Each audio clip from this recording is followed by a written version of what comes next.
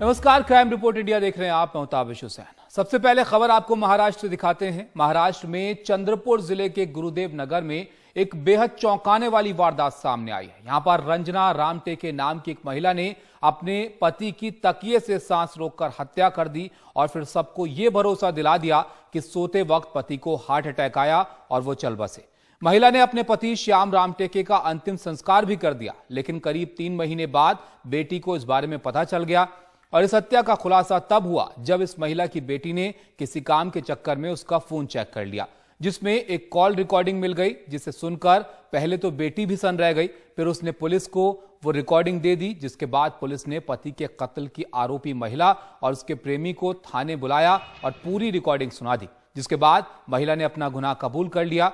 आपको बता दें कि हत्या के तुरंत बाद आरोपी महिला ने अपने आशिक मुकेश त्रिवेदी को फोन कर यह बताया कि उसने कैसे अपने पति के खाने में नींद की गोली मिलाकर पहले उसे बेहोश किया और बाद में तकिए से उसकी सांस रोककर उसे मार दिया।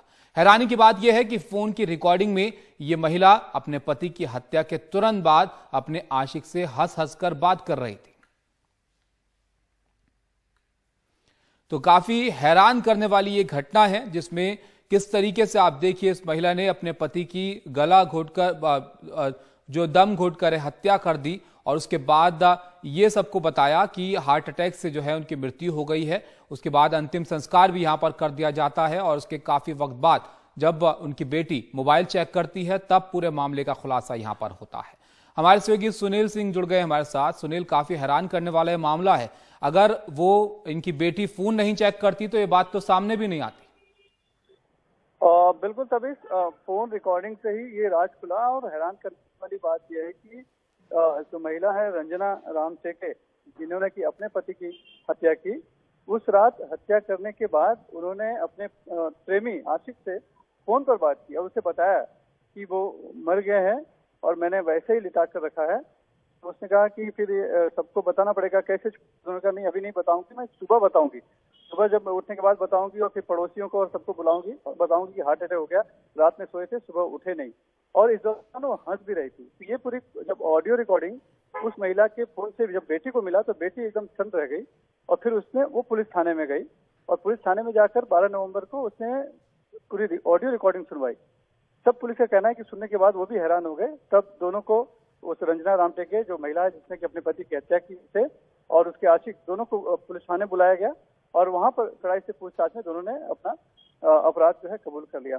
तो बहुत ही हैरान कर देने वाली और सन्न कर देने वाली ये है कि जिस महिला, जिसके पति जो श्याम रामटेके हैं, वन विभाग से रिटायर हुए थे और तकरीबन 50 के आसपास की महिला की उम्र थी और 60 से 65 के आसपास की उम्र और श्याम रामटेके जो उनके पति की थी, और इस उम्र में भी उसने इस तरह के हत्याकांड को अंजाम दिया और अपने आशिक के साथ मिलकर उसने अपनी पति की हत्या कर दी और इस तरह से साथी अंदाज में की कि किसी को शक भी नहीं हुआ और उसने अंतिम संस्कार भी करा दिया गया।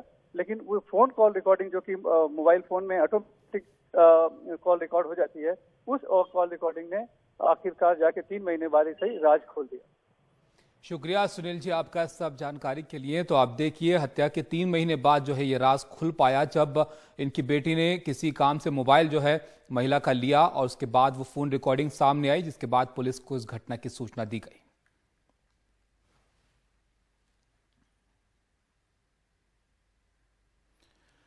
श्रद्धा मर्डर केस के आरोपी आफताब को कुछ देर में दिल्ली के साकेत कोर्ट में दिल्ली पुलिस पेश कर रही है और पुलिस कोर्ट से आफताब की रिमांड को कम से कम 1 हफ्ता बढ़ाने की मांग यहां पर कर सकती है। वो 5 दिन की पुलिस रिमांड पर था जो अब खत्म हो गई है, इसलिए पुलिस आफताब की रिमांड बढ़ाना चाहती है क्योंकि पुलिस अभी तक श्रद्धा के शव के सभी टुकड़े और सिर का हिस्सा बरामद नहीं कर पाई है। वारदात में इस्तेमाल चाकू या दूसरे सामान भी अभी बरामद नहीं हुए हैं, इसलिए पुलिस आफताब की ज्यादा से ज्यादा समय तक रिमांड यहां पर लेना चाहती है। पुलिस के पास आफताब के खिलाफ बहुत ज्यादा सबूत नहीं है, लिहाजा सबूत जमा करने के लिए पुलिस को अभी और वक्त की यहां पर जरूरत होगी। और इस बीच आप देखिए, आफताब से पूछताछ में कई और राज भी सामने आए हैं। आरोपी ने श्रद्धा के टुकड़े करने के बाद पहचान छुपाने के लिए उसके चेहरे को जला दिया था, यह भी जानकारी निकल कर आ रही है ताकि उसकी पहचान ना हो पाए। पूछताछ में उसने बताया कि यह सब जानकारी उसे इंटरनेट के जरिए मिली थी और हत्या के बाद लाश को कैसे ठिकाने लगाना चाहिए ये सब इंटरनेट के जरिए उसने जानकारी जुटाई और सूत्रों के मुताबिक श्रद्धा के कपड़े जिस गाड़ी में फेंके गए थे, पुलिस ने उसकी पहचान की है और पुलिस ने 2 ऐसे स्पॉट चिन्हित किए हैं जहां वो कूड़ेदान का कचरा फेंका जाता है। तो कहां पर श्रद्धा के कपड़े जो है वो फेंके गए, उनको भी पुलिस तलाश रही है और उन स्पॉट पर पुलिस का सर्च ऑपरेशन भी जारी है। और इस पूरे मामले को लेकर ज्यादा जानकारी हमारे सहयोगी सौरभ शुक्ला दे रहे हैं।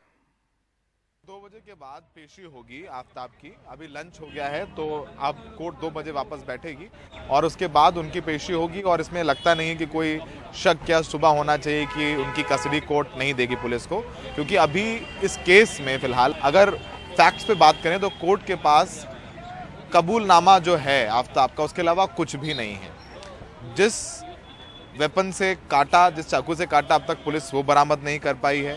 श्रद्धा का मोबाइल फोन बरामद नहीं हुआ है। जो 10 टुकड़े भी मिले हैं, जिसे कहा जा रहा है कि वो श्रद्धा के अवशेष हैं, उनके डीएनए सैंपल जांच के लिए भेजे गए हैं, जो श्रद्धा के पिता के सैंपल के साथ। जब वो मैच होंगे तब जाकर के कुछ क्रेडिबल होगा पुलिस के पास, क्योंकि अभी तक वो सिर्फ टुकड़े हैं। वो कुत्ते बिल्ले किसी के भी हो सकते हैं, जो अगर हम कोर्ट की भाषा में बात करें। देखिए बहुत सारी चीजें, क्योंकि इतना सनसनीखेज ये मर्डर है, लेकिन कोर्ट तो फैक्ट्स पे चलता है। पुलिस के पास आफ्ताब की कस्टडी सबसे ज्यादा जरूरी इसलिए है क्योंकि वो कोशिश कर रहे हैं कि किसी तरीके से श्रद्धा के कपड़े बरामद कर लिए जाएं।